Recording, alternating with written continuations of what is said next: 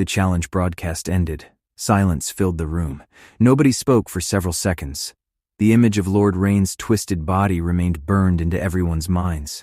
The black veins, the elongated jaw, the claws, the speed, the hunger in his eyes. It had only lasted moments, yet it was enough. Kenny slowly leaned back in his chair. Pines was the first to break the silence. Well, another pause.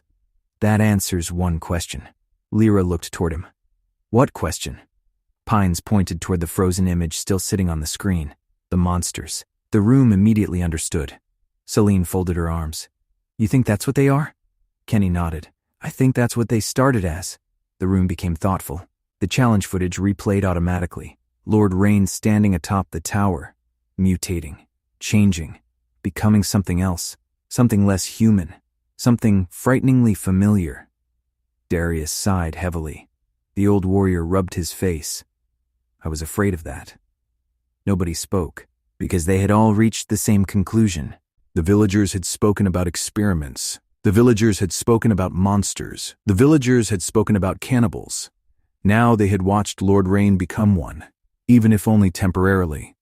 Kenny stood and walked toward the screen, studying it, analyzing it. The mutation looked unstable, painful, artificial, yet functional. A weapon, the exact sort of weapon Lord Rain would create. Eventually, Lyra broke the silence. So what do we do? Pines answered immediately. We bomb the cave. Everyone looked toward him. The former Eclipse survivor shrugged. What? Another shrug. If they're underground, and they're eating people, then boom. He mimicked an explosion. Problem solved. Celine nodded slowly.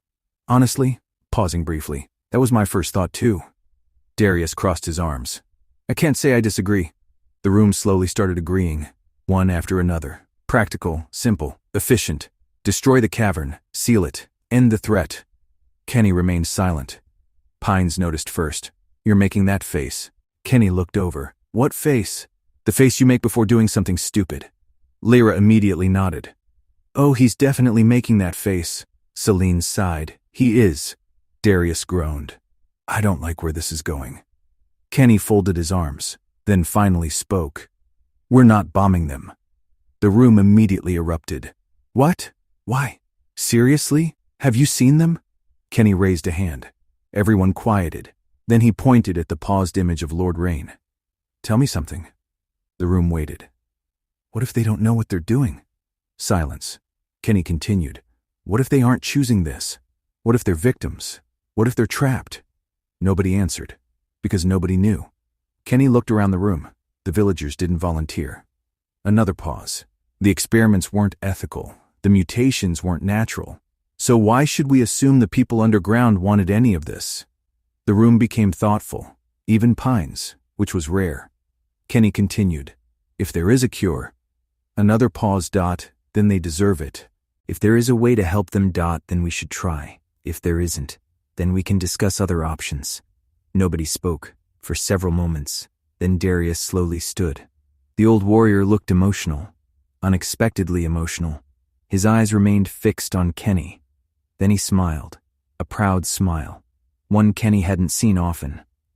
You know? The old warrior laughed softly. Your father would have bombed them. The room looked toward him. Darius nodded. Cassian would have bombed them. Most rulers would have bombed them, but you don't. The old warrior shook his head. And that's why you'll always be better than them? The room became quiet. Even Kenny looked slightly embarrassed. Darius wasn't finished. I spent years serving House Rain. Another pause. Years believing strength meant fear. Years believing leadership meant power. You've spent years proving me wrong. The room fell silent. Celine smiled. Lyra smiled. Pines immediately ruined the moment. Yeah, all right. Before everyone starts crying. The room laughed. Even Darius. The tension broke. Then the discussion became practical. Plans, equipment, containment methods, capture strategies, potential risks. The magma tube Darius remembered became the primary target. An ancient volcanic tunnel, large enough for a settlement, hidden enough to avoid detection. Exactly the sort of place something could survive unnoticed. Eventually, Kenny reached the conclusion. We need a specimen. Nobody argued. Not anymore. The decision had been made. Capture one, study one, understand one. only then decide what happened next. Several hours later, Kenny stood before the communication terminal. The Imperial connection activated. The Emperor appeared. The older ruler immediately noticed everyone's expressions. That bad? Kenny sighed. You watched the challenge? The Emperor rubbed his eyes. Unfortunately, I was eating lunch. Pines immediately laughed. The Emperor pointed at him. Do you know how difficult it is to enjoy a sandwich while Lord Rain turns into a nightmare? Pines laughed harder. The Emperor looked genuinely offended. Kenny eventually regained control of the conversation, then explained everything. The villagers, the theories, the underground cavern, the experiments, the possible mutants, the plan. The Emperor listened carefully. When Kenny finished, the older ruler sat silently, thinking. Eventually he nodded. I agree. The room looked surprised. The Emperor smiled. You expected me to tell you to kill them. Nobody answered, because they kinda had. The Emperor laughed. If there's a cure, they deserve it. A pause. If they're victims, they deserve help. Pausing again. If they're dangerous, then we deal with that later.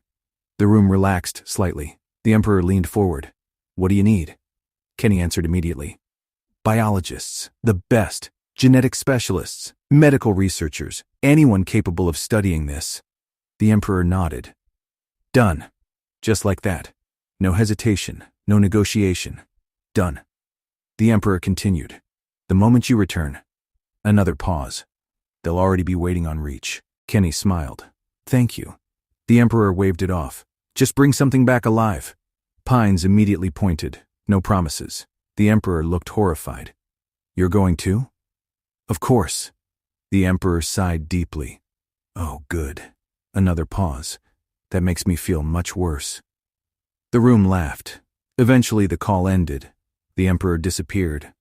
The room fell quiet once more, this time not because of fear, because something important was beginning. Kenny looked toward Pines. Pines looked back. Neither needed to ask. They both knew. The mission was happening. No army, no fleet, no soldiers, just them. Like old times. The former Eclipse survivors, heading into a place nobody had ever successfully explored, possibly filled with cannibalistic mutants. Pines immediately grinned. This is a terrible idea. Kenny nodded. Probably. Pines stood. Good. Another grin. I was worried we'd become responsible adults. The preparations began immediately. Weapons were checked, supplies loaded, containment equipment prepared, emergency medical kits packed. Outside the windows of Reach Prime, the twin suns slowly descended. Darkness spread across the city, and somewhere far away, beneath the mountains of a forgotten world, something waited in the dark, something born from Lord Rain's experiments, something that might still be human, and something Kenny Reach intended to save if he possibly could.